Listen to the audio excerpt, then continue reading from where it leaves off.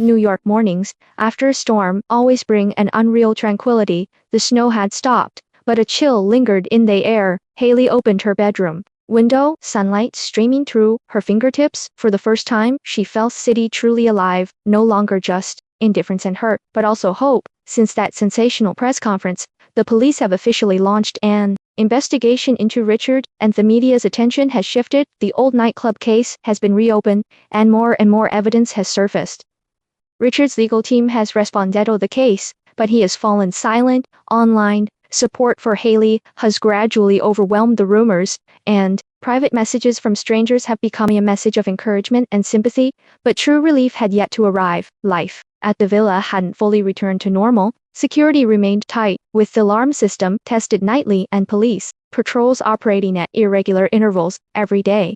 Haley faced routine police questioning, a review by the legal team, and the task of comforting Linda, who occasionally broke down in tears. Andrick, who was equally on edge. One afternoon, Haley was helping Linda cook in the kitchen. The news and TV was reporting the latest developments in the nightclub case. Richard Blackwell has been formally indicted by police on multiple charges. With the release of key witness testimony and financial records, the truth behind the nightclub disappearances is expected to finally be revealed. Linda turned off the fire, took off her apron, hugged Haley, and burst into tears.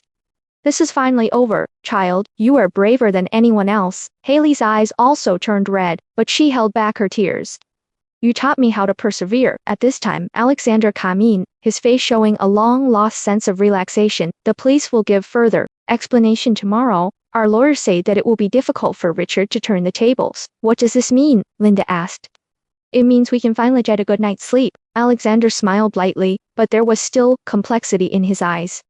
In the afternoon, Haley went out for a walk alone, while the reporters were no longer following her. Pausers occasionally recognized her. A middle-aged woman approached and whispered, "Thank you for standing up bravely. You've helped more people." "I just did what I was supposed to do," Haley replied in a low voice. After the woman left, Haley looked at the clear sky after the snow, with mixed feelings in her heart. This storm swept her into a world that had nothing to do with her before. Shallowest a lot, but also gained strength she had never had before. She suddenly wanted to call Tina. "Hello, it's me. I miss you," Haley said with a smile. "I was watching your news," Tina said nonchalantly. "When can we get together for a drink and chat? The nightclubs are closed down, so we finally don't have to stay up late and look at people's faces anymore." Very soon, Haley said seriously. "We'll go see a movie together, have hot peyote, and then go home and go to bed early." Tina laughed on the other end of the phone. "It's a deal." After hanging up the phone, Haley felt a warm feeling in her heart. She was no longer the little girl who couldn't run in the dark and be pushed into the abyss at any time. In the evening, Alexander took her to his living room for a long talk, had a mixed feeling of relief and a difficult to conceal confusion. "What do you want to do in the future?" he asked suddenly. Haley paused, then thought for a moment. "I want to start over, maybe continue my studies, or try to do something meaningful." "What about you?" Alexander lowered his head and smiled. "I want to be with you and make up for the days we missed." There was a gentle silence in the air. Haley reached out and took his hand. "Will we have a new life?" "Yes." There was finally real hope in Alexander's eyes. The next morning, police held a press conference. The evidence was complete, and Richard and his accomplices were formally arrested on multiple charges. The media rushed to report on the case, and the victims and their families of the nightclub case publicly thanked the police and the key witness. Haley, for the first time that day, the curtains in the villa didn't need to be drawn. Linda brewed some sweet wine, and Eric's expression relaxed, a rare expression. "This house finally feels like home." Alexander pulled Haley to the window and whispered, "Thank you. You saved everyone, and you saved me. You saved me too." Haley smiled and looked up, with tears in her eyes, but more of peace and satisfaction. At night, the two of them were lying on the sofa in the living room. Haley said, "Actually, I'm still scared." "What will tomorrow be like? If everything is over, will you still be by my side?" Alexander didn't answer immediately. He looked at her seriously and said softly, "I will. Neither of us will ever be the same again." "Then let's go traveling," Haley suddenly suggested. "Go to some place where no one knows us and start over." "Okay," Alexander smiled. "As long as I'm with you, I can go anywhere." Late at night, Haley wrote a new diary entry. "When all the storms recede, we finally understand that courage is not about no longer being afraid, but about being able to keep moving forward despite fear. Some nights may be long, but we will always wait for the morning." Sunshine? She put away her diary and looked at the starry sky outside the window, her heart filled with longing and anxiety for a new life, but this time, she was no longer facing it alone. In the night, the lights of Manhattan still shone brightly. The storm had finally passed, but Haley's heart hadn't completely calmed down. News of Richard's arrest had dominated the headlines for days, but the police patrols and media attention had gradually faded. The villa had returned to its former quiet, but with a strange sense of emptiness. That morning, Alexander woke early, as usual. He sat at the dining table, watching the sunlight stream through the blinds, feeling the warmth of life for the first time in a long time. Linda served him hot milk and muffins. A new day, a new beginning. Haley sat down, but she still felt a pang of anger. She saw Alexander looking out the window thoughtfully and asked, "What are you thinking about? I wonder, is this finally over? Or is it just the beginning?" He sighed. "Sometimes it feels like we're playing a tug of war with fate. We win one round, but we have to start the next one. But we really did win this time," Linda said gently, wiping the table. "Haley should be proud of herself too." Haley forced a smile, but she couldn't completely relax. She realized that what was really hard to let go of wasn't the external storm, but the shadows and doubts in her heart. In the afternoon, Alexander suggested a walk in Central Park, the sun was shining brightly, a rare sight. The snow in the park had mostly melted, children were running on the grass, and couples were sitting quietly on benches, holding hands, as they walked side by side. The air was filled with a long-lost tranquility. "Are you still worried?" Alexander asked suddenly. Haley was stunned for a moment, then nodded. "Richard's matter is over, but I still have a lot of knots in my heart. I'm afraid I'll never be able to get over the grievances I suffered over the years, and the nights I can't let go of." Alexander gently held her hand. "You've done well. You have the right to be vulnerable and the right to forget, but I don't want to live in the past forever." Haley looked at Desky in the distance. "I hope that one day I can stop crying because of those wounds. And I hope the same for you." "I'll try to," Alexander whispered. "We should all learn to let go." Back at the villa, while cleaning her room, Haley accidentally found an old diary she had left behind when she worked in a nightclub many years ago. She opened the first page and found it filled with her loneliness, anger, and hope. "The world doesn't believe in the weak, but the weak can also resist with silence." She couldn't help shedding tears. How scared and helpless she had been in the past, how determined and brave she was now. At night, she sat at her desk and handed the diary to Alexander. "Do you want to know everything about this? Contains the real me, as well as the night you have never seen." Alexander took it and carefully flipped throughout each page. As he read, he quietly hugged Haley and said, "Thank you for believing in me. You don't have to be ashamed of your past, nor do you have to force yourself to be strong now. You deserve everything good." The next morning, the police Caledon invited Haley to give a final statement. This time, she volunteered to go with Alexander at the station. They met the veteran officer in charge of the case. He smiled and handed over a closure notice. "The case is finally settled. You are both free."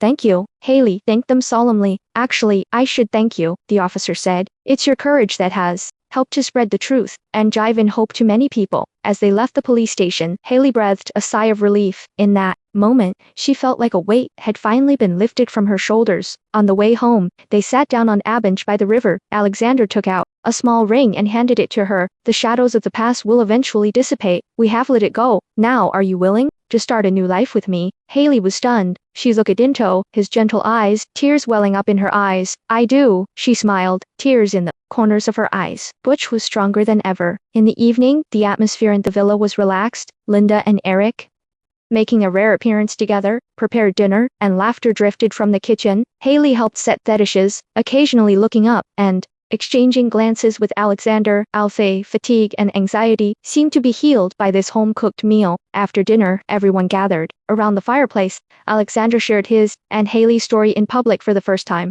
"We're not heroes, but we've learned to face our own vulnerabilities and darkness. That's the most precious kind of courage." Linda raised her glass and said, "May your future be filled with only warmth and light." Late at night, Haley stood alone on the balcony. The city lights faded in the distance, and the wind carried the scent of new life. She quietly recalled those difficult nights, the pain she hadn't spoken of. She said to herself, "No matter how fate takes me, I will choose to let go of the pain and embrace each new day of my life." Behind her, Alexander gently hugged her and said, "Let's sleep together. Tomorrow's a new day." "Yeah." Haley smiled and leaned into his arms. "I'm ready." As the dust settled in New York, snowflakes fell softly. A festive atmosphere gradually rose on the streets, in cafes, and at shopping malls. But For Haley, this was just the beginning of her true test, how to piece together a life that had been shattered.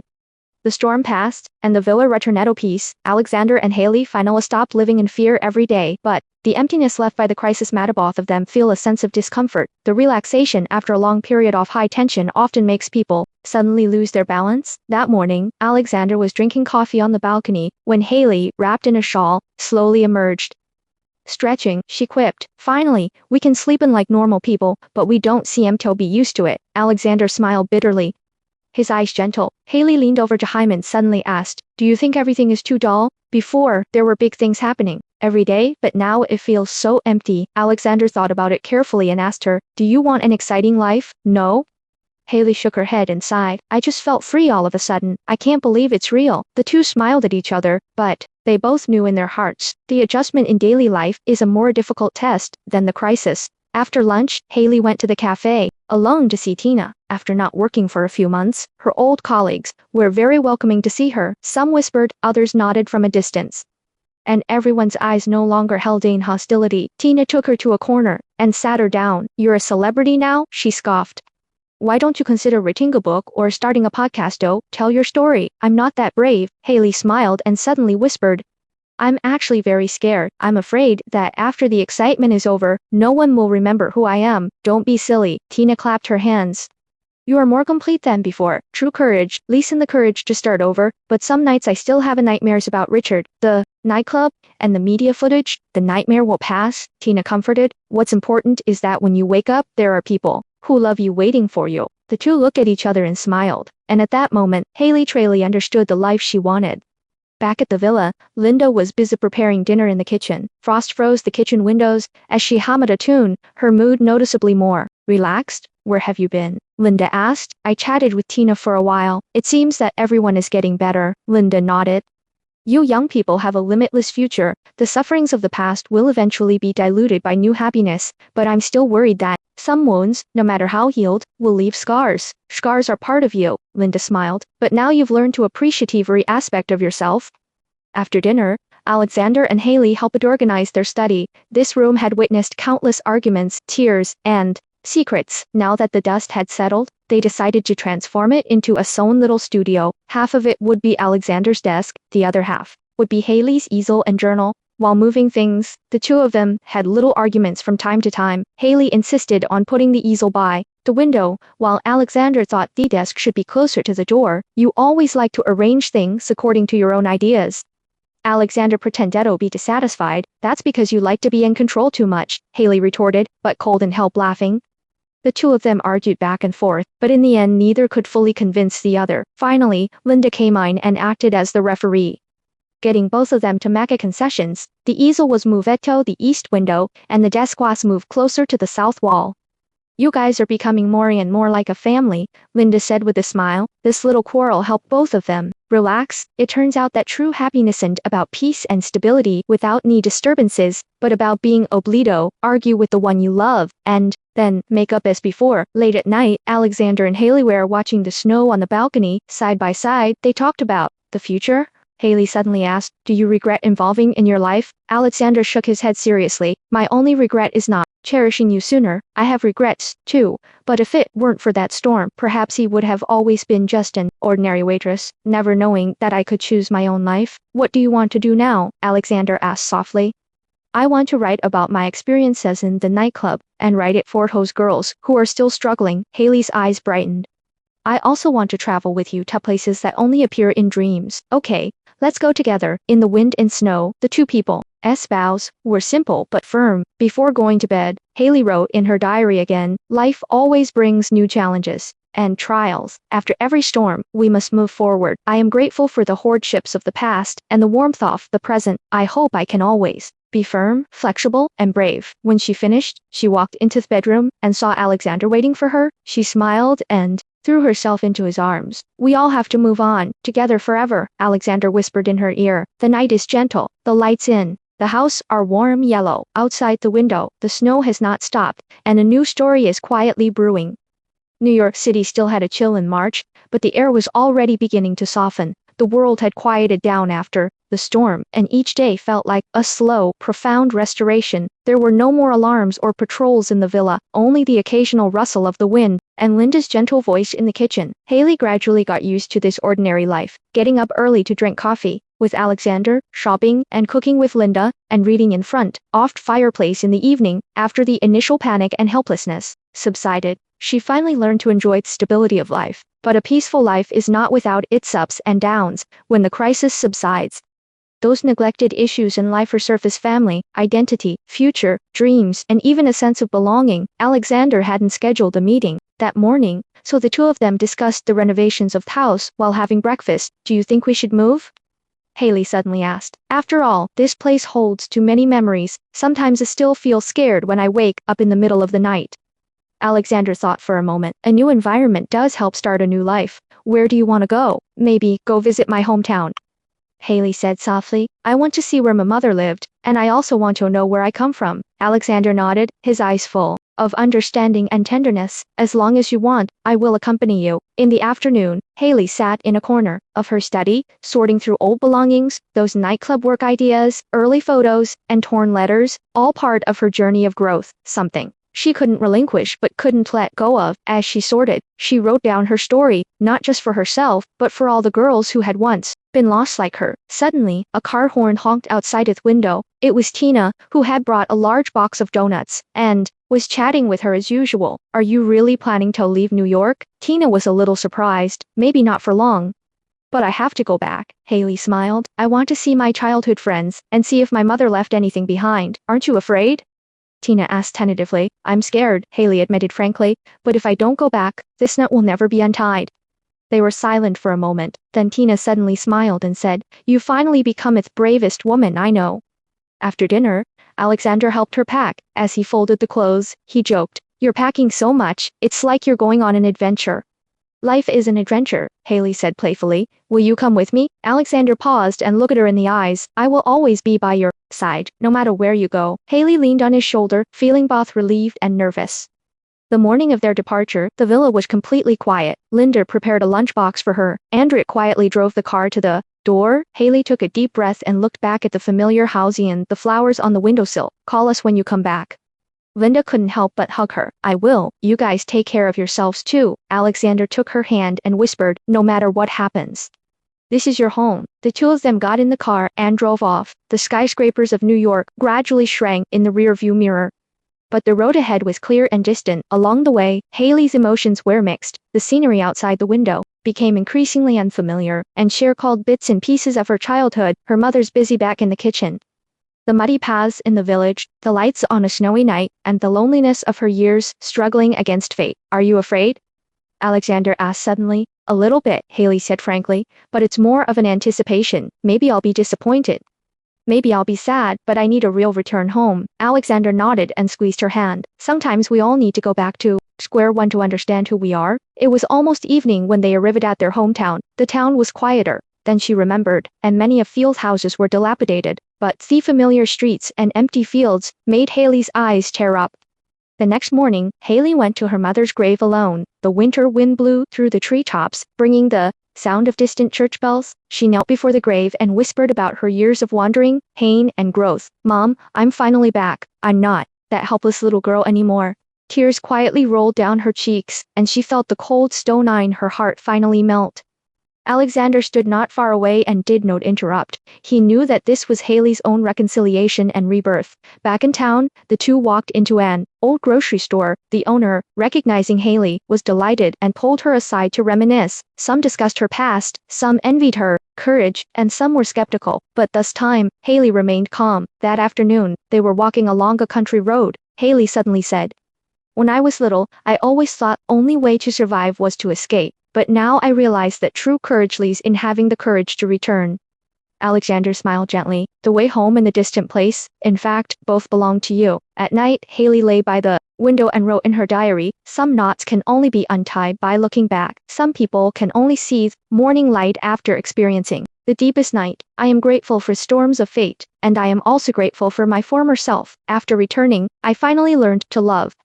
She closed the book, walked over to Alexander and leaned into his arms. It's good to be home, she said softly, as long as you are. Here, anywhere is home. Alexander bent down and kissed her forehead. The starlight outside is cold, but my heart is warm as spring, returning home east, not the end, but a new beginning. The March sun gradually warmed, and the snow in the rural town slowly melted under its rays. Haley and Alexander had been in their hometown for several days. During these days, she had come to terms with her past, her family, and her memories, finally able to face the future with a new attitude. However, a new life never arrives overnight. Past scars, identity, confusion, and differences in habits. These real, trivial contradictions are just beginning to emerge. Early in the morning, Haley sat in the kitchen of her old wooden house, skillfully making tortillas for her village relatives. Sunlight streamed through the window, illuminating her flurry fingertips. Several elderly neighbors gathered together, their voices filled with concern and curiosity. Haley, where have you been these past few years? New York?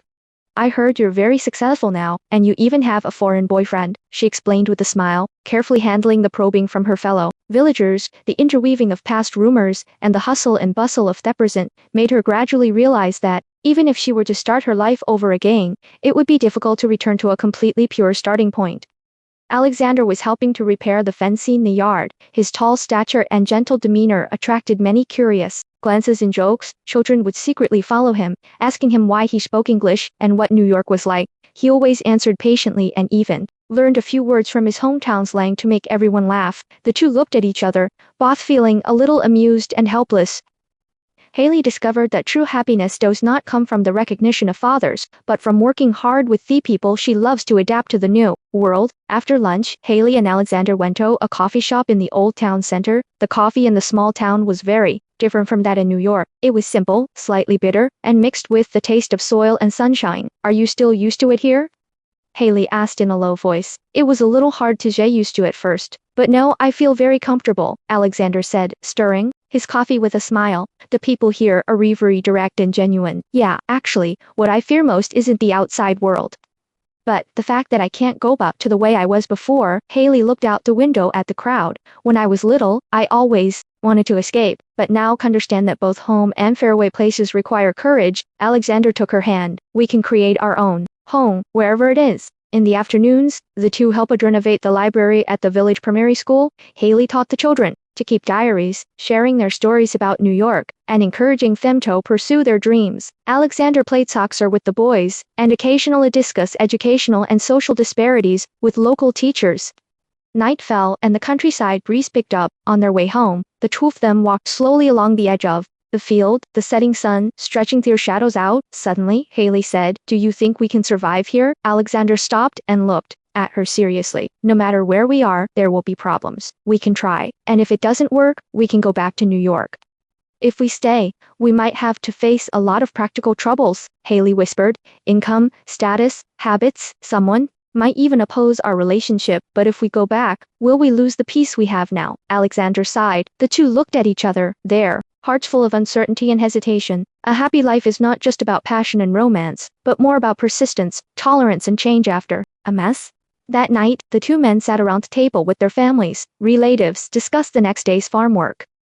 Some mentioned layoffs at the small town factory. Some envied them for being able to settle down in New York. Someone else joked, Alexander, when you become our son-in-law, don't look down on us farmers. Amidst the laughter, Haley suddenly felt the warmth of home, as well as the pressure and responsibility bent her new life. After dinner, she and Alexander cleaned up the kitchen together, dividing the work between them in a tacit understanding, occasionally talking in low voices, and sometimes in silence. I know what you're worried about, Alexander said softly. I'm afraid I've changed too much and you'll regret it, Haley confessed. I won't regret it. I love you no matter where you are or what you become. Alexander hugged her in his arms. Will we be like all normal people, going through the trivialities, quarrels, and then getting back together? I hope so, Alexander smiled softly. Only in this way can life be real. Late at night, Haley sat alone in front of her bed, flipping through a notebook filled with handwriting, which contained dreams about New York, fears about nightclubs, the warmth of her hometown, and the confusion of her new life. She wrote in her diary, "Every return is a new beginning. A true new life isn't about moving away from the past, but about learning to reconcile with it and then bravely embracing the future. The starry sky outside the window gradually brightened. Haley smiled, closed her notebook, and quietly made a wish. No matter where she was, she would be with the one she loved most, and walk into their true life. The next morning, at daybreak, Haley woke to find Alexander already up, helping her cousin feed the chickens. The sound of children's laughter filled the yard, and the world seemed anew. A new life begins, no longer dependent on anyone's judgment, and no longer avoiding one's own scars. Haley took a deep breath of fresh air, and made a new promise to the morning. I will cherish every day, cherish love, and cherish myself. Spring had finally completely melted the snow in the small town. The children in the village shed their heavy cotton coats and ran along the ridges of the fields. Haley and Alexander had been living in their hometown for over a month, and their peaceful yet not monotonous daily life was slowly beginning to face new challenges. After the initial enthusiasm fades, that will people truly face the daily necessities of life, family relationships, future plans, and, the most difficult of all, the sense of belonging. The external storm subsides, but the internal adjustment has just begun. That morning, the kitchen was filled with the aroma of fried eggs and coffee. Haley and Alexander worked side by side, making breakfast. He expertly flipped the eggs in the frying pan while Haley chopped vegetables. Occasionally, they exchanged a glance here, a smile, as if all hardships had faded, leaving only a simple peace. But behind the tranquility, Lisa, vague sense of uneasiness. Are you going to the fields with your uncle today? Haley asked. Yes. He said he wanted to teach me how to identify corn seedlings, Alexander said casually, but I'm afraid he'll laugh at me. My mom used to tease me about not being able to work in the fields. Haley sighed. Sometimes I wondered if I didn't belong here. Alexander turned and looked at her seriously. We're all looking for our own place. Maybe this is the answer. There's no single place that's completely ours, but as long as we're together, anywhere can become home. Haley smiled slightly. She understood the weight of the words, and also understood that the uneasiness in her heart would not be eliminated in a short time. In the afternoon, Alexander followed Haley's uncle to the fields. His uncle laughed as they walked. A big boss from New York is finally willing to learn how to farm. Alexander shrugged. The boss also came from the earth. It's just that over the years he forgot how to get along with the land.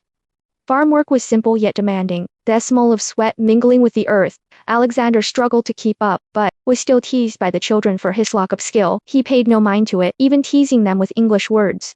Meanwhile, Haley and her aunt were doing chores at home. Her aunt asked her and Alexander about their future. Do you really plan to stay here forever, or do you plan to go back to New York soon? We haven't decided yet, Haley admitted. Maybe I'll go back, but I want to fix it up now. Maybe I'll come back every year. My aunt smiled and nodded, but her tone was filled with worry.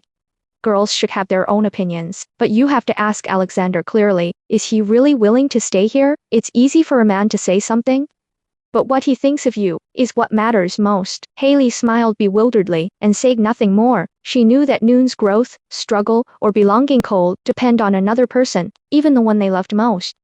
In the evening, the atmosphere at home was a bit dull. My cousin was practicing guitar in the corner, my cousin was busy reviewing, and the relatives were chatting casually about the local news. Alexander and Haley looked at each other and decided to take a walk to get some fresh air. In the darkness of the night, the twa walked slowly along the country road. The moonlight cast a faint light on the road, and everything was very quiet. Are you feeling tired? Alexander asked in a low voice. A little bit, Haley confessed. Not physically, but mentally. It seems like I can't really feel at peace. Do you want to go back to New York? Sometimes I do, Haley sighed. Although it's complicated, it's where I've struggled. But sometimes you feel like this is home. Alexander was silent for a long time, then he said softly, we can try to find a balance between the two places. You have your family, your memories, your roots, and I can grow up with you here, but I didn't want you to sacrifice what you truly want for anyone else. Haley held his hand tightly.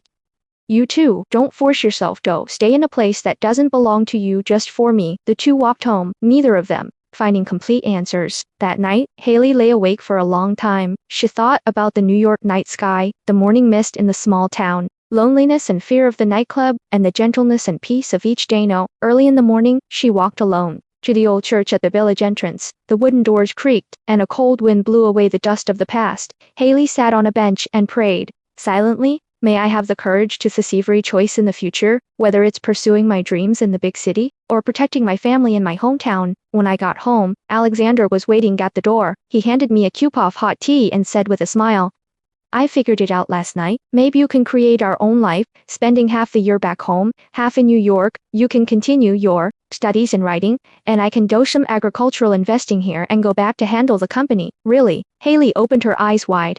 Are you willing to run around with me like this? I do. Alexander hugged her gently. I love you, and I love your courage to be yourself even more. With you, life is the same no matter where I am.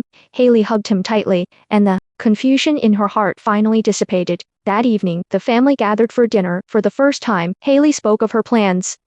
I'm planning to apply to a university in New York City to study social work. I hope to help more girls like me, who have gone through difficult times. I'll be home for a while after these muster ends, so I can be with you guys, Alexander also stated. I want to invest in building a new farm in my hometown, to provide more job opportunities for young people and allow us to return every year. The family was overjoyed. My aunt, with tears in her eyes, said, no matter where you are, there will always be a place for you at home. Late at night, Haley stood by the window, looking at the moon. Alexander came over and took her into his arms. We finally made our choice. Yes, no matter how difficult the future may be, at least we are together. Are you still afraid? Yes, but I will keep moving forward because I know there are people behind me. The two smiled at each other and kissed in the quiet night. On the last page of her diary, Haley wrote, true belonging lies not in location, but in the heart. There are no standard answers in life, only by bravely making your own choices and bearing all the consequences can you deserve to own your own future. The night outside was gentle, and the lights in the window were like a dream. Haley knew that her story with Alexander was still going on, and their future had just begun. In the night, the village was tranquil and peaceful, its new greenery dotted with starlight. After dinner, Haley sat on the small steps in front of the old house, a still hot teapot beside her, the faint moonlight at her side. Alexander held her hand, quietly, accompanying her. Neither of them spoke, except for the occasional whirring oft wind, which tinkled the wind, chimes in the yard. The storm has passed, and life has finally returned to peace. But every time it calmed down, the confusion and longing deep in my heart become clearer.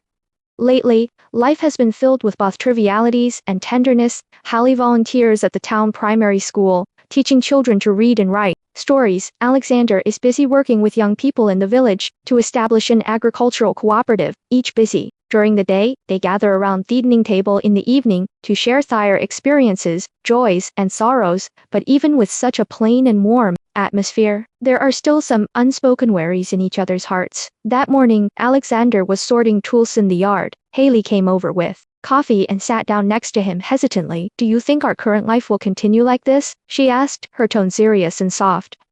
Alexander paused, looked up into her eyes, and said, I hope so, but I also know that life isn't always smooth sailing. Do you miss New York? Do you think it's too quiet and too slow? Alexander held her hand. The lights of New York are beautiful, but I find that it's not the city I miss, but every moment I spent with you, whether in a skyscraper or on a country road. But sometimes I still feel uneasy. Haley lowered her head. I worry, what if one day you get tired of this dull life and want to go back to chasing those excitement and challenges? Alexander smiled slightly and said seriously, Haley, I've experienced all ennui and loneliness. Now I want to protect the peaceful days that belong to us. Even if there are storms in the future, as long as we face them together, I'm not afraid of anything. Haley's eyes were a little wet, and she leaned on his shoulder. Thank you. That afternoon, a small disturbance suddenly arose in the village, because external investment for the cooperative's new project had been delayed. Some questioned Alexander's experience and motives. Some villagers even wondered, why should an outsider, our backbone? Alexander didn't rush to explain, but continued to lead his team in surveying the land and planning the farmland. That evening, he told Haley about the situation and sighed. Actually, I'm doubting myself too. It's not easy to do good things, Haley encouraged him. You don't have to please everyone, as long as you have a clear conscience and keep your feet on the ground. Time will tell. You always make me feel at ease. Alexander hugged her gratefully. You walked with me through the storms. Now it's my turn to walk with you throughout the little winds and waves. Meanwhile, Haley's volunteer teaching at the elementary school also encountered a challenge. Some parents thought she had a complicated reputation. Others accused her of having dreadful jobs in the past, and some even questioned its principle. Why let someone like her teach our children? For the first time, Haley realized that her new life was not permanent. She endured the grievances, insisted on doing her job well, and took the initiative to communicate with parents. At an open parent-teacher conference, she said frankly, I used to work in city nightclubs, doing the most ordinary, menial jobs, just to survive. But these experiences taught me to cherish life and respect everyone who is struggling. I hope my story can help children understand that no matter what they've been through, as long as they face themselves bravely, they can embrace a new life. The classroom was completely silent. After the meeting, many parents came over to shake her hand, and one child even secretly gave her a bouquet of wildflowers. At night, Haley and Alexander huddled in their small bedroom. Outside, the wind began to blow, and the spring rain pattered, but the room was warm. Do you regret giving up everything in New York and choosing to stay here? Haley asked cautiously. Alexander shook his head and gently pulled her into his arms. No, only with you do I understand what belonging means. Even if there are more challenges and more storms in the future, we can get through it together. Haley closed her eyes, her heart finally at peace. The shame of the past and the anxiety about the future were now slowly healed by trust and companionship. The next day, young people from the cooperative visited Alexander's home and invited him for tea and a chat. Some brought letters of intent for cooperation from small-town businesses, while others shared entrepreneurial stories from their hometowns. Alexander engaged in earnest discussions with them, gradually earning the villagers' understanding and trust. Meanwhile, the elementary school parents' doubts gradually diminished. The children loved Haley's stories and gentleness, and the principal specifically praised her positive influence. The courage to teach children to face life is more valuable than simply teaching. A long-lost sense of accomplishment welled up in Haley's heart. It turns out that living together through thick and thin is not just about relying on each other, but also about growing and healing each other. In the evening, the two walked side by side in the fields. The setting sun shone on the wheat fields, and smoke from the village gradually rose. Will we encounter anything else? Haley suddenly asked. Of course, but as long as we are together, no matter what happens, we can get through it. Alexander smiled. Are you tired? Do you want to escape? I have wanted to escape countless times, but now I just want to go on with you. The two stopped at the end of the field and hugged each other quietly. The wind ruffled their hair, but it also blew away all the loneliness and confusion. Late at night, Haley wrote in her diary, happiness is never the absence of storms, but having someone hold your hand tightly in the storm, never leaving you. The life we choose is imperfect and full of hardships, but precisely because of this, it is more real and more precious. She smiled, turned off the lights, and lay in Alexander's arms. The night was gentle, and the wind chimes outside its window were still ringing, as if quietly blessing their tomorrow. In late spring and early summer, the days in the village gradually grew brighter and more lively. The willows by the river sprouted tender leaves, and the wheat seedlings in the field spat out new ears. Children ran and chased each other in the countryside, and adults bent over to work in the fields. The entire town was shrouded in an atmosphere of prosperity, but for Haley and Alexander, their new life, while warm and fulfilling, wasn't always smooth sailing. The pace of life in the city and countryside, the cultural clash, and the expectations of family and the outside world all quietly tore at their daily lives. They tried to grow closer, but often disagreed on the smallest details. Early that morning, Alexander worked with the villagers, sweating profusely as they repaired the embankment. Haley, a primary school teacher, was preparing a play for the children. Returning home in the afternoon, she found unprocessed farm tools piled in the yard and unwashed dishes in the kitchen. Alexander, his face etched with fatigue, was checking the cooperative's accounts. Why haven't you eaten yet? Haley asked dissatisfiedly. There's too much to do. I'll eat soon, Alexander said perfunctorily. The house is such a mess. Why don't you help me clean it up? She couldn't help complaining. I really can't do everything. Didn't you say you like the slow pace of the countryside? Why are you always so anxious? Alexander said with impatience. Slowing down doesn't mean pushing everything onto others, Haley said, her voice rising. Have you ever thought that I'm tired too, being alone? What do you want me to do? Alexander said, trying to suppress his anger. The cooperative is a mess, and I have my family to take care of. I'm not superhuman. The air was frozen, and the two of them fell into a cold war. During dinner, they spoke very little to each other. At night, they tossed and turned in bed. The next morning, Haley went Alanetto the river at the entrance to the village and sat on a rock, lost in thought. Recalling the storms and dangers of the past, she suddenly realized that the most difficult thing to overcome was not the hostility of the outside world, but the disappointment and powerlessness in close relationships. At this time, Tina called. How is your life in a small town going? Haley smiled bitterly. On the surface, it's very calm, but in fact, we often argue over trivial matters. I want a family, and he wants a career. We are both tired. You're all working hard, but sometimes, hard work isn't about becoming what others want you to be, but about acknowledging your own limitations, Tina said gently. You have to learn to communicate, not just keep it to yourself. Haley looked thoughtful. That afternoon, Alexander came to Senor. He sat down by the river and hesitated for a long time before speaking. I'm sorry for my bad attitudes today. I'm also very confused. I used to think that career success was everything. But now I realize that no one can truly control their life. Haley lowered her head, dipped her feet into the river, and said calmly, I'm afraid we'll become the kind of people who are bound to each other. You want to do great things, and you want a warm home, but it seems neither of us can achieve perfection. We are all trying to prove that we are capable of happiness, but we forget that happiness does not need to be proven, Alexander said softly. Haley couldn't hold back her tears. I'm afraid you'll get tired of, that you'll regret staying in this small town, and that I'll want to run away again someday? Alexander held her gently in his arms. We don't have to pretend to be omnipotent. I allow you to be weak, occasionally, and I hope you will allow me to lose control, occasionally. The wind blew across the river, and the willows drooped. The two sat together quietly for a long time. At night, they cooked together in the kitchen, chatting as they cooked. Haley said, Actually, I'd like to try doing something you enjoy, like helping you start a cooperative or studying agricultural management in another area. You can also return to New York to study and pursue your dream of becoming a social worker. I'll be there to share the pressure with you, Alexander said sincerely. Whatever you want, we'll fight for it together. After dinner, Alexander took her hand and walked to the old bridge at the entrance of the village. In the night, the stars twinkled and the lights off the village flickered quietly. Would you like to grow old here with me? Alexander asked seriously. Haley smiled and cried, I do, but I hope that no matter where we go, we can always care about each other in our hearts. Alexander nodded. I promise you, no matter what the future holds, I will face it with you, rain or shine, no matter how far.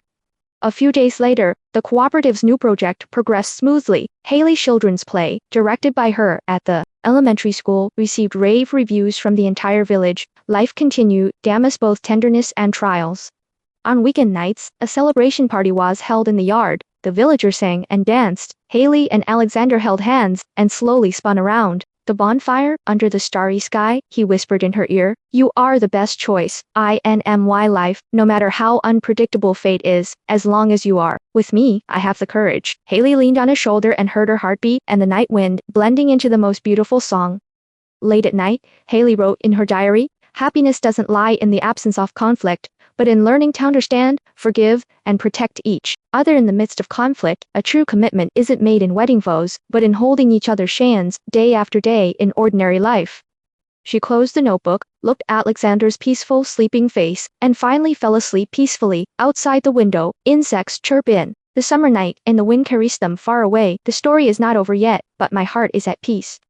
Midsummer arrives, and the village is blanketed in green. Cornfields ripple, sunflowers grow tall, gracing the sun, and children run barefoot through the mud. Haley and Alexander build their lives with their own hands, a life divided between the daily necessities of life and dreams for the future. The new cooperative's first busy farming season was a mix of chaos, arguments, and joy. Haley helped in the fields during the day, and at night she worked at her desk on a project application for the village primary school. Alexander led ditches and soil testing during the day, and at night she worked with farmers on pricing and maintenance plans for new agricultural machine. Sometimes, the two of them would be busy until late at night before they could see each other. One night, Haley dragged her exhausted body home and found Alexander asleep on the sofa, with papers scattered on the floor. She gently covered him with a blanket, and couldn't help but feel a pang of sadness. The next morning, Alexander woke up and found himself covered with a blanket. He walked into the kitchen and saw Haley standing by the window in a daze. I called you 3 times last night, but no one answered. Alexander's voice was hoarse, but full of gentle concern. Sorry, I'm too tired, and my phone is on silent. Haley smiled faintly, with a layer of dark circles under her eyes. They both understood that being busy was both a form of escape and a form of protection. They feared the loneliness and insecurity that would come with quiet time, feared becoming overly dependent on each other, and even more so, feared being crushed by the powerlessness of reality. That afternoon, the village held a cooperative meeting. Someone complained, Alexander, why hasn't the new farm machinery you promised arrived yet? We're almost missing the harvest. We still need some funding, and we are trying to contact sponsors and loans, Alexander explained patiently. But we have invested money. What if we lose money? Someone questioned. Haley stepped forward and said, We're also working on a charity fund. Everyone needs to be more patient. Many things don't work overnight. Some people were still dissatisfied, but Most villagers could see their efforts and gradually began to trust them. After the meeting, Alexander and Haley rested together under a locust tree at the village entrance. Leaning against that trunk, she said, a little dejectedly, "Are we too naive? In the city, you have the final say, but here, nothing can be trusted. I thought I could handle everything, but reality has taught me that experience and money alone aren't enough," Alexander said with a wry smile. "What about you? Do you have any regrets?" Haley shook her head. "No, it's just, sometimes still wonder. If we were in New York now, wouldn't it be easier? But we chose this place, because wanted to plant the seeds of our future." Alexander gently stroked her hair. "No matter how difficult it is, I won't regret it." On a summer evening, the village primary school rehearsed a new play. Haley led the children in drawing posters and writing scripts, encouraging them to tell their own stories. A timid boy, initially stuttering and hiding in corners, rehearsed with her gaily, practicing his lines. On the day of the performance, the boy finally bravely took stage and received a standing ovation. After the performance, the child gave Haley a sunflower made of paper. "Teacher, you said that only by planting seeds can we have flowers tomorrow." She took the sunflowers home and put them in a glass vase. That night, Alexander was drinking and chatting with the villagers outside. Haley was sitting alone in her study, writing in her diary, when she suddenly received an email from New York. It was an acceptance letter from the university, a social work major, ready for the fall semester. Haley's heart beat faster. She was both excited and flustered. Going to New York meant a new beginning, growth, and dreams, but it also meant temporarily leaving her current life and leaving Alexandria. She closed the notice and went out of the yard. Alexander had already returned home, sitting on the swing, enjoying the evening breeze. "I got accepted to college," Haley whispered. Alexander was stunned, then smiled. "You should go. This has always been your dream. But I'm afraid you lay lonely here alone." "Silly," Alexander chuckled. "I'll be here waiting for you while you pursue your dreams." Haley's eyes shone with tears. "Can you really accept a life like this, half country, half city, with little time together and much time apart?" Alexander stood up and hugged her tightly. "We are like trees that grew up together. Sometimes the wind may blow us apart, but our roots are together, and our hearts will never change." With the arrival of summer, life settled into a new rhythm. During the day, Alexander continued his work at the cooperative, while at night, Haller reviewed her lessons and prepared to leave. The two occasionally argued, but also experienced sweet moments. The villagers occasionally teased them about the woman being stronger than the man, but there were also occasional misunderstandings and pressures. Haley learned to accept her own imperfect choices, and Alexander learned to endure loneliness. More and more often, they learned to wait for each other with hugs and gentle "I'm here." The night before their departure, the village held a small farewell party for Holly. Villagers presented homegrown fruits and vegetables, and children sang and danced. Alexander sat among the crowd, quietly watching Haley's busy figure, his eyes filled with tenderness and reluctance. Late at night, the two of them watched the stars together in the fields. Leaning into Alexander's arms, Haley whispered, "We've weathered so many storms together. Being apart now is nothing. You promise me that, no matter where you are in the future, you will remember to plant your own seeds and don't be afraid to start over. I promise you." Haley looked up, her eyes full of determination. At night, Haley wrote in her diary, "The hardest thing is not letting go of yesterday, but having the courage to believe in tomorrow. We will all pursue our own dreams, but as long as our hearts remain connected, no matter how far we go, we will meet again." The starry sky outside the window was bright, and the fields in the distance were silent. Haley knew that the seeds that belonged to them had quietly sprouted over time.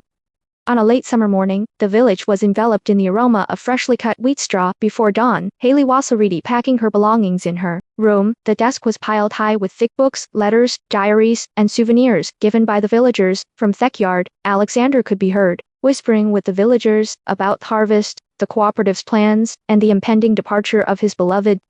The day of separation always arrives faster than expected. Those painful goodbyes of the past have now become a gentle, yet decisive test. As Haley packed her things, she repeated, Lyria assured herself, "I'm just going to school. We'll see each other again soon." But she knew very well that the real test was not the separation itself, but the changes and inner struggles brought about by distance. On the day of her departure, the entire village seemed to be stirring for her. Children gathered at the gate early in the morning, and teachers, neighbors, and colleagues from the cooperative came to see her off. Alexander carried her luggage, appearing calm, but his eyes etched with reluctance. Linda prepared breakfast and kept nagging as she went along. "Don't learn bad habits when you go to the big city. Remember to call home when you miss me. Don't be afraid." The door is always open for you. Eric gave Haley a rare hug. Alexander stood by, his eyes following her every move. Before the car started, he whispered to Haley, "No matter how far you go, home and I are here waiting for you." As the train pulled away from town, the scenery outside the window gradually blurred. Haley leaned back in her seat, replaying every detail of her encounter with Alexander, their relationship, and their time together. The storms, the arguments, the reconciliations, the perseverance, all now coalesced into a gentle force, propelling her bravely toward a new life. Arriving in New York, everything felt both familiar and strange. The hustle and bustle of the city, the crowded subways, the aroma of coffee on street corners, the street performers under the overpasses, every scene left Haley feeling both excited and lonely. Returning to her apartment, she found it empty. After putting her luggage down, she realized what she wanted most was an quiet desk or a hot shower, but a hug from Alexander. The new life was far more intense than she had imagined. The daily course load was overwhelming, and the social work internship was incredibly demanding. While adapting to the fast-paced learning and internship, Haley Strugletto adjust to unfamiliar people and social situations. She often stayed up late working on her papers, but her phone would occasionally receive photos of the village or brief messages from Alexander. The wheat has been harvested, and the cooperative held a celebration. A new small supermarket has opened in Day Village, and everyone misses you. Remember to eat early and don't stay up late. Every message was like a thin bond, gently pulling her heart back to her distant home. However, the challenges of distance gradually emerged. Video calls began to become less frequent, and the time difference and busy schedules made greetings between them increasingly brief. Occasionally, the two would argue on the phone. "Why haven't you heard from me for 3 days?" Alexander said angrily. "The internship is so busy, and there are so many club activities," Haley said, feeling a little aggrieved. "You know, this place is completely different from home. The cooperative faced many problems while you were away, and I really missed you." "I miss you too." Haley choked up on the other end of the phone. "But I don't want to give up on either side." Was a brief silence, which ended with "Go to bed early and be careful." After hanging up, they stared at their phone screens in a daze, the thread of worry in their hearts tightening and loosening. By the fall, Haley's academics were gradually getting back on track. She became a well-known figure on campus, known for her dedication to teaching and volunteering, often receiving praise from teachers. Gradually, she found more classmates and friends, some inviting her to parties and others inviting her to join startup teams. One evening, she and several classmates were discussing a project in a cafe. Atmosphere was lively. Someone joked, "Haley, you're so capable. You have a bright future in New York. Do you have a boyfriend?" "We haven't even met him yet. If I stay in America, will my boyfriend back home in the village just become a memory?" Haley smiled and avoided it. Alexander's face appeared in her mind. She suddenly realized that distance not only tests each other's loyalty, but also silently shapes the trajectory of their lives. That night, she sent a long message to Alexander, describing her troubles, progress, and confusion. After a long wait, she finally received a reply. "Seeing you getting better and better, I am proud of you. When I miss you, I will look up a sunflower we planted together." Haley returned the hug emoji, but tears were already streaming down her face. She suddenly feared that one day, their footsteps would drift further and further apart. Would that distant village, that shared past, become a scene from which there would be no return? A few weeks later, Alexander finally came to New York to see her. When the two met, there was a moment of awkward silence, then they hugged each other tightly and talked endlessly. "You've lost weight." Alexander stroked her face. "Studying must be tiring, right? You've gotten darker." Haley smiled and cried, "There's too much going on in the village, right? Are we still us?" He whispered. "We have always been like this." Haley hugged him tightly. "But now we have learned to grow up independently in a different world."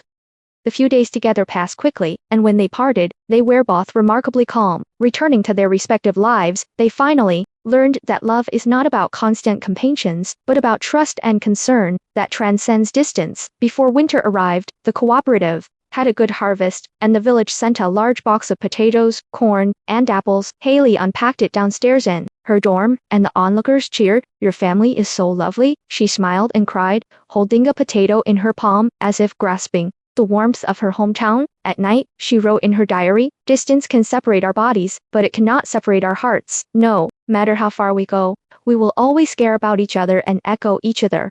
The world is big, but our hearts are always on the road."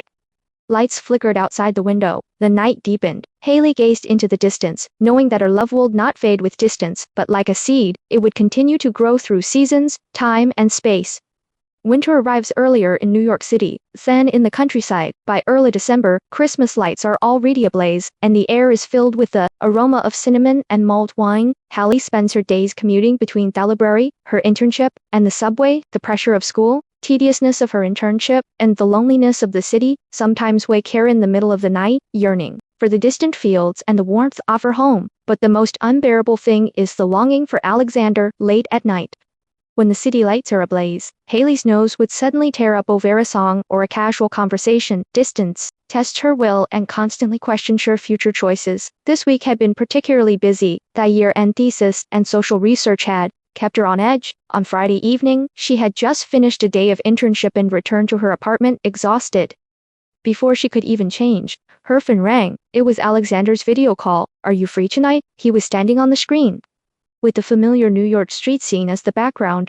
Haley was stunned for a moment, her heart pounding. "You came to New York downstairs from you?" Alexander smiled, with a long-lost sense of ease and affection in his expression. Haley rushed downstairs and caught sight of him in the night and the lights. They didn't speak, just hugged tightly, tears and smiles mingling. Alfie loneliness and anxiety, in that moment, transformed into a warm support. After they met, they strolled slowly down the street. Haley asked cautiously, "Don't you still have things to do with the cooperative? The busy farming season is over at the end of the year. The team has matured, and everyone in the village is capable of managing their own affairs." Alexander took her hand. "You made me understand that true responsibility isn't about shouldering everything yourself, but about trusting those around you and taking care of yourself." "I'm so afraid you'll regret it," Haley confessed.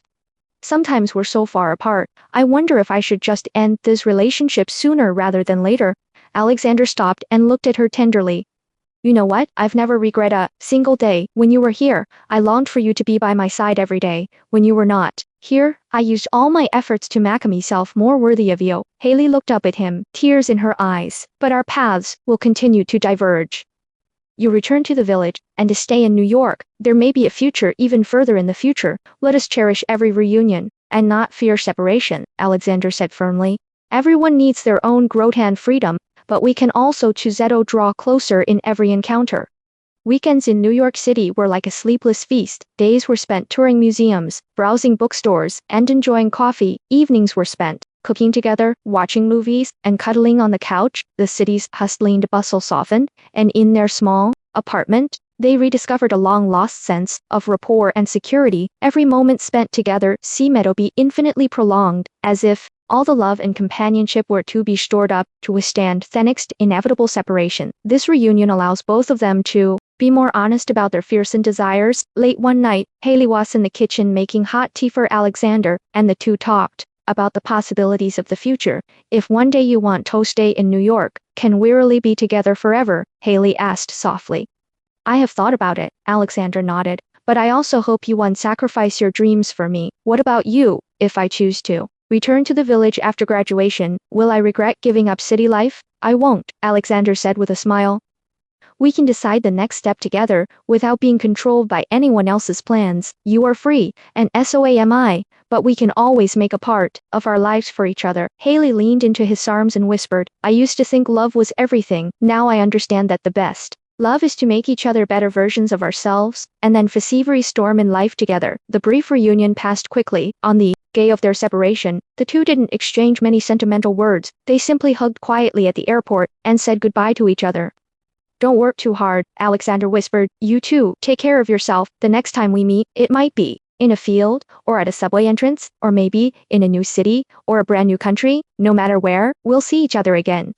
Back at the apartment, Haley sat by the window, looking at the neon lights of the city and the endless night. She felt a little lonely in her heart, but also had infinite power. Life never promises smooth sailing. Separation, distance, growth, and choices. Each node tests whether two people can truly walk into the future together. That night, she wrote in her diary, "Love is not about being together forever, but about being willing to wait for each other even when we are apart, and believing that the feelings we have for each other have not changed as we grow up, no matter how far we go. As long as our true love is glows, the moment of reunion will always illuminate all the darkness." As the year drew to a close, snow began to fall in New York. Alexander sent a photo, a village covered in snow, standing in the snow holding a sign that read, "Waiting for you home."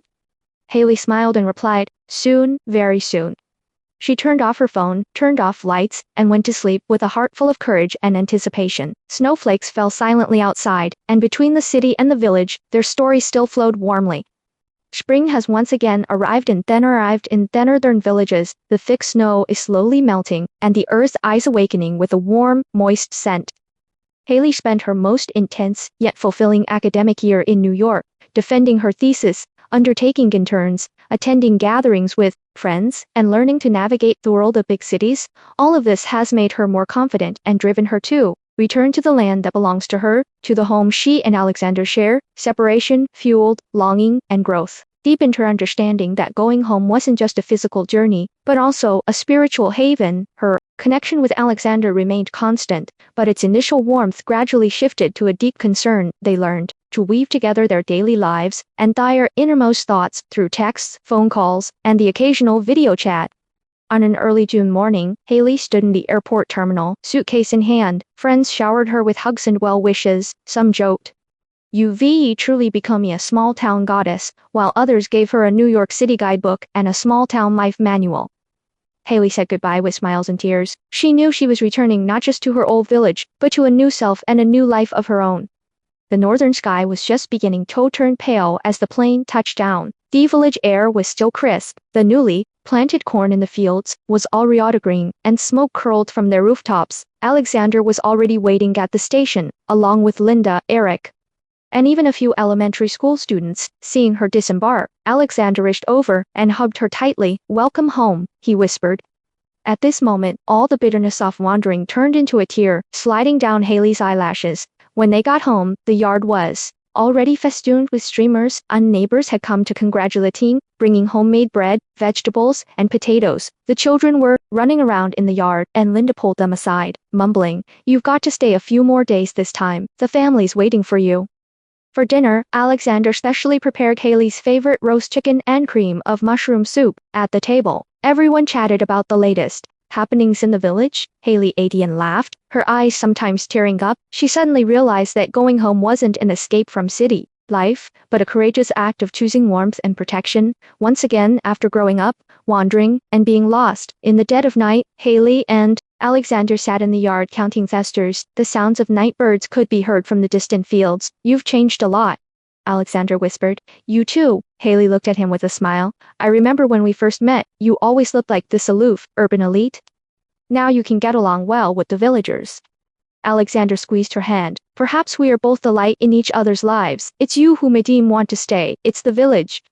You, and everyone here who Madim understand the meaning of home." Haley leaned quietly in his arms, gazing at the vast night sky. The future held its twists and turns, but she was no longer afraid. She made a silent promise. No matter where her life led her, this land and this person would always be her home. Over the next few days, she volunteered at the village primary school, sharing her experiences in New York with the children. She also helped the cooperative lectures, teaching villagers how to sell their produce online. During the day, she was incredibly busy. At night, she and Alexander strolled side by side along the ridges of the fields, discussing the future. One evening, the two of them were walking along the path at the village entrance. Under the setting sun, the golden wheat waves rolled like the sea. "Do you want to stay in the village forever?" Alexander asked. Haley thought for a moment and nodded. "I'm no longer escaping the city. I finally understood that true freedom lies in choosing the life you want. I can go far away, but I can also go home. My dream is to hold the world in my home in my heart. What if we need to go to a big city in the future? Will you take me with you?" "Of course. Didn't you always say we should go on adventures together?" Haley smiled and took his arm. "We could spend a year in the village, a year in the city, or volunteer in another country. As long as I'm with you, anywhere is fine." Alexander looked at her seriously. "Then let's make a pact. No matter how big the world gets, we'll go home regularly, back here, back to our origins." The two smiled at each other, and all the anxiety and confusion turned into the most gentle support. At night, the village held a summer bonfire party. Everyone gathered around the fire, singing and dancing. Haley and Alexander were dragged into a circle dance. Laughter, singing, and light illuminated everyone's faces. That night, Haley wrote in her diary, "Going home is both an end and a new beginning. Everyone must learn to wander, grow, be brave, and take responsibility. Then, with all the courage they can muster, they must turn back and return happiness to the place and people they love most." She put away her pen and looked at Alexander, sleeping beside her bed. gratitude welling up in her heart. No matter how many choices and unknowns the future held, she had already found the answer. At the end, she whispered to Alexander's back, "Thank you for waiting for me, and thank you for coming home with me." Outside, summer insects hum and thesters shine brightly. The story is coming to an end, but life goes on.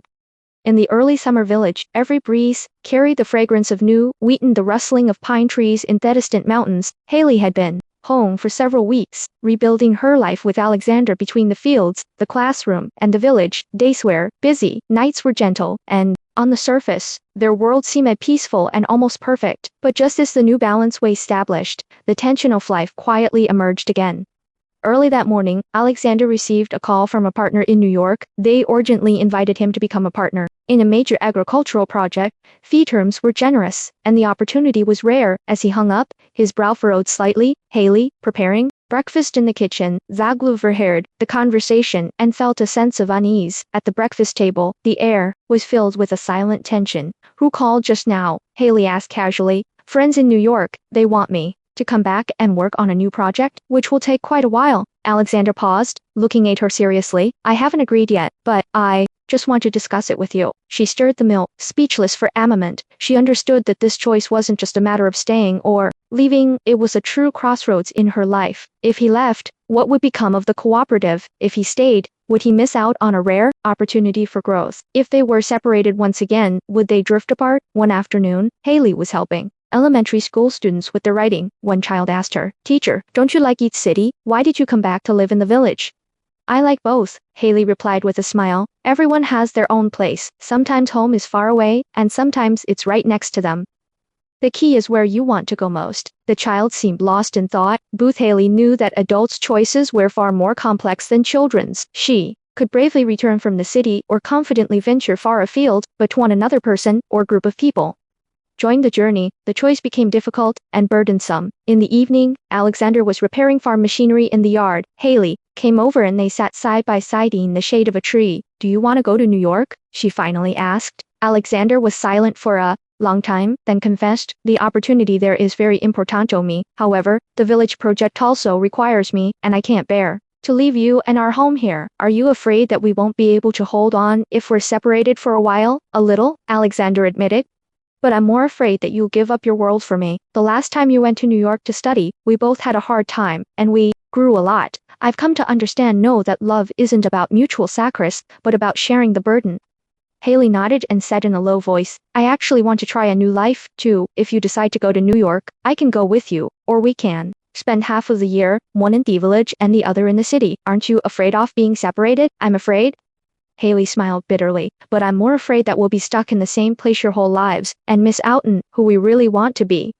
Alexander pulled her into his arms, and they both felt more vulnerable and open than ever before. A gentle night breeze blew by, a dog dozed in the yard, and in the distance, the bells of cattle turning from the village came ringing. The next day, the village cooperative council met, and everyone was worried about whether Alexander would leave. The villagers talked about it. "What will happen to the cooperative without Alexander? If you leave, will he go with you, no matter how good the opportunities outside are? We still hope you can stay home." Alexander gathered. Everyone said frankly, "New York does offer new opportunities, but this is also our home. Where I will continue to support cooperative and strive to bring back more resources. You should also believe in yourselves. The cooperative no longer leans on me alone." The villagers gradually quieted down, and more people showed understanding and encouragement. At night, Haley couldn't sleep. She thought about her journey from the countryside to the city, from escape to return, and every choice was difficult. Now, could she bravely set out again with the one she loved? Could truly strike a balance between love and self? When Alexander woke up at night, he found her sitting by the window, lost in thought. He walked over and whispered, "Can we give each other a chance, try to pursue our respective dreams, and not give up on each other?" Haley looked up, tears welling up in her eyes. She finally understood that every return home was actually a new start. The next morning, the sun shone brightly. In the village courtyard, Alexander announced his decision. He would accept New York project invitation, but would return to the village for 2 months each quarter to work remotely in the cooperative, alternating between home and city life with Haley. "I don't want to lose you," he said solemnly, "but I also don't want to put limits on my life anymore. Let's go on together." Haley agreed with tears in her eyes. The village held a farewell banquet filled with a mixture of blessings and reluctance. The children hugged Haley, refusing to let her go, while Linda secretly wiped away tears. The cooperative's directors pledged to continue thievousness and await their return. Alexander promised to bring back more advanced technology to make the village a better place. On the eve of their separation, Haley and Alexander walked slowly in the fields, with the wheat waves rolling and the starry sky shining brightly. What will the future hold? Haley whispered. There will be hard times, and there will be growth, but most importantly, we will always choose each other. I believe in you, and I believe in myself. They embraced each other affectionately under the starry sky. The wind blew. The aroma of wheat lingered, and their two hearts quietly drew closer in their choice. At night, Haley wrote Celeste entry in her diary. Love is not about compromise or sacrifice, but about facing every fork in our destiny together, no matter how far the future stretches, no matter how far home is, our hearts remain connected. The choice we make is the best destination. Outside the window, the villa guys bathed in gentle nightlight. The history is coming to an end, but life has just begun. The midsummer sun shimmered across the fields, and the wheat waves undulated like a golden ocean. The village welcomed its busiest time of the year. The cooperative began harvesting, the children had their summer vacation, and the streets were bustling with activity. But within the lives of Haley and Alexander, the footsteps of another farewell were quietly buried. Alexander was about to depart for New York to assume the responsibilities of a partner in a new project. The cooperative's board of directors, the village elders, and even the children came to see him off. Some expressed regret, some envy, and even more reluctance to part. They had grown accustomed to his presence and management style, and now, suddenly, they were separated, inevitably feeling a sense of loss. At the farewell lunch, Linda placed a specially baked apple pie in his hands and said, "No matter how good the restaurants in New York are, don't forget the taste of home." Eric joked with him, "One of his rare occasions. Go out and see the world. Don't let people look down on the men in our village." Alexander smiled as he responded to each question, but his heart was heavy. Every pause meant a farewell. In the past, he had only to shoulder his own fate. Now, he cared about his entire family, the entire village, and Haley. On the eve of their departure, Haley and Alexander sat quietly under the old locust tree. The summer night air was gentle, and the only sounds around them were the croaking of frogs and the laughter of the night market in the distance. "Are you really ready?" Haley asked in a low voice. "Maybe there's nothing in life I can say I'm completely ready for." Alexander chuckled. "But I know if I don't give it a try, we'll both regret it." "Are you afraid?" "Afraid that we'll be apart again, that time and distance will wear away our feelings." "I've been scared," he admitted, "but mostly I'm looking forward to it. I hope we can all get better. And I hope every reunion will be closer than when we parted." "Will you miss me every day?" Alexander held her hand. "But I'd rather see you living comfortably here, rather than being stuck here just to accompany me." "Don't worry, go ahead," Haley said with a gentle smile. "I'll be home waiting for you." They leaned against the locust tree side by side, quietly feeling the burden of life intertwined with hope. Their hearts became more determined in the night. The next morning, Alexander boarded a train bound for New York. Haley walked him to the platform.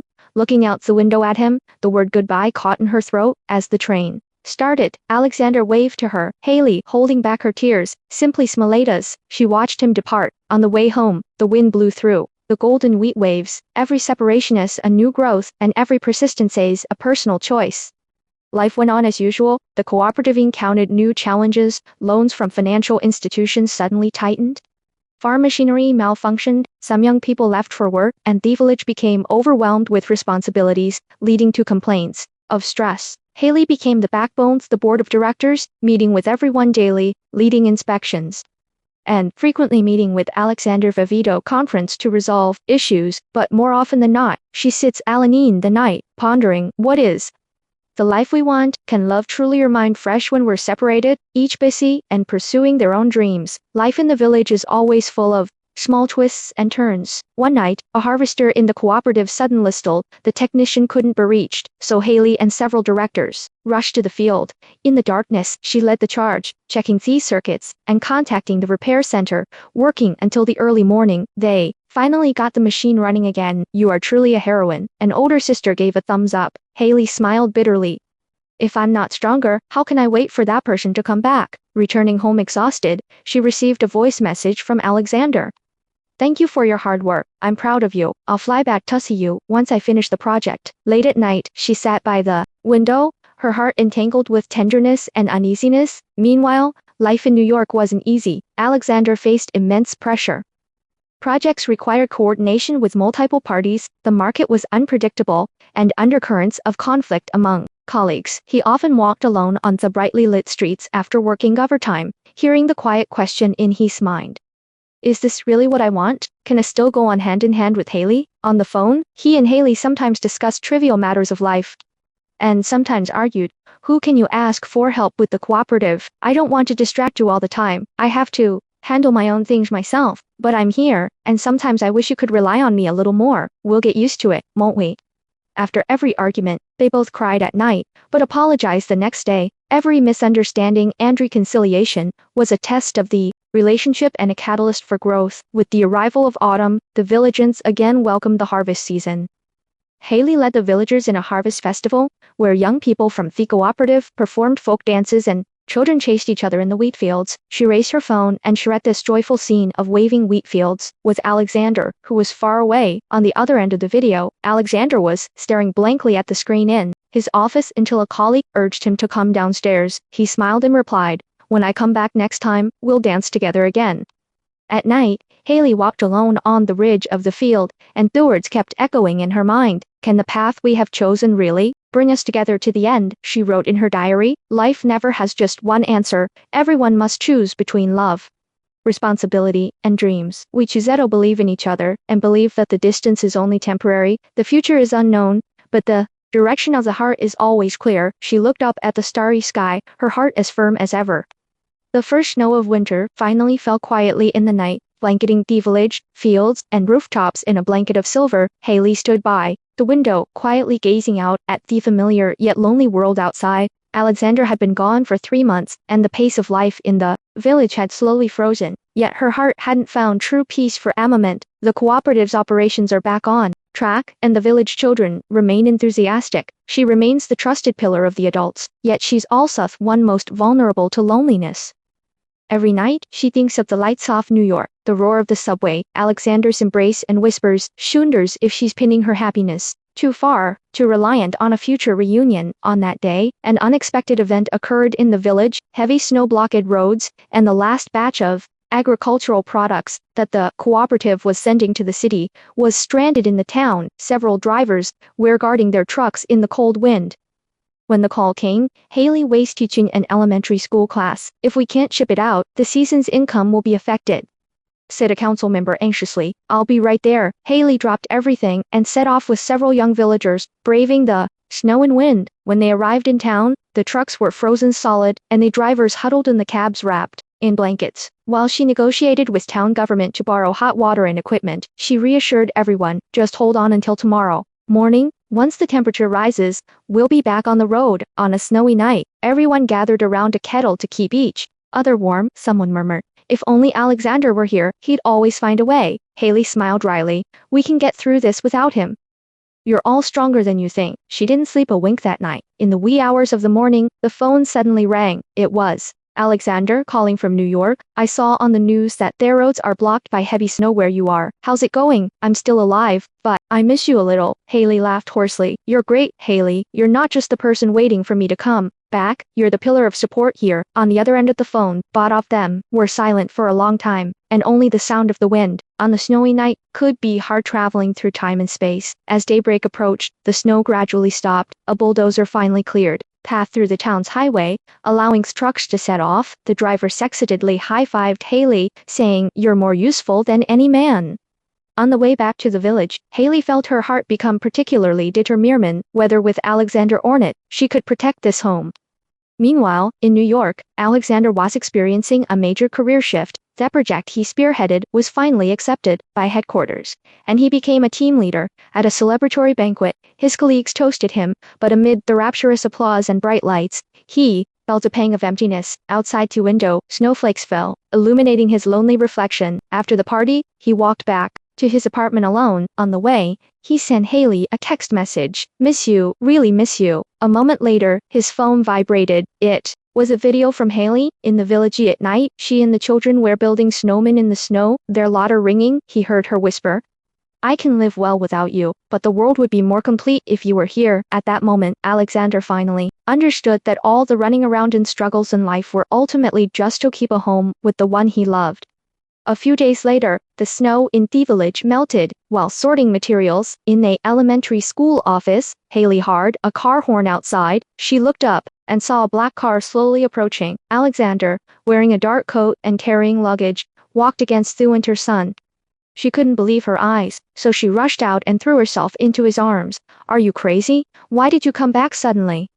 She cried and laughed. The project is over, and I've applied for a remote job. From now on, I'll spend 1/4 in New York and 1/4 in the village. Alexander hugged her gently. I don't want to just wait for news from you on winter nights anymore. I want to shovel snow for you, boil water for you, and repair your house. I want to experience every sunrise and sunset with you.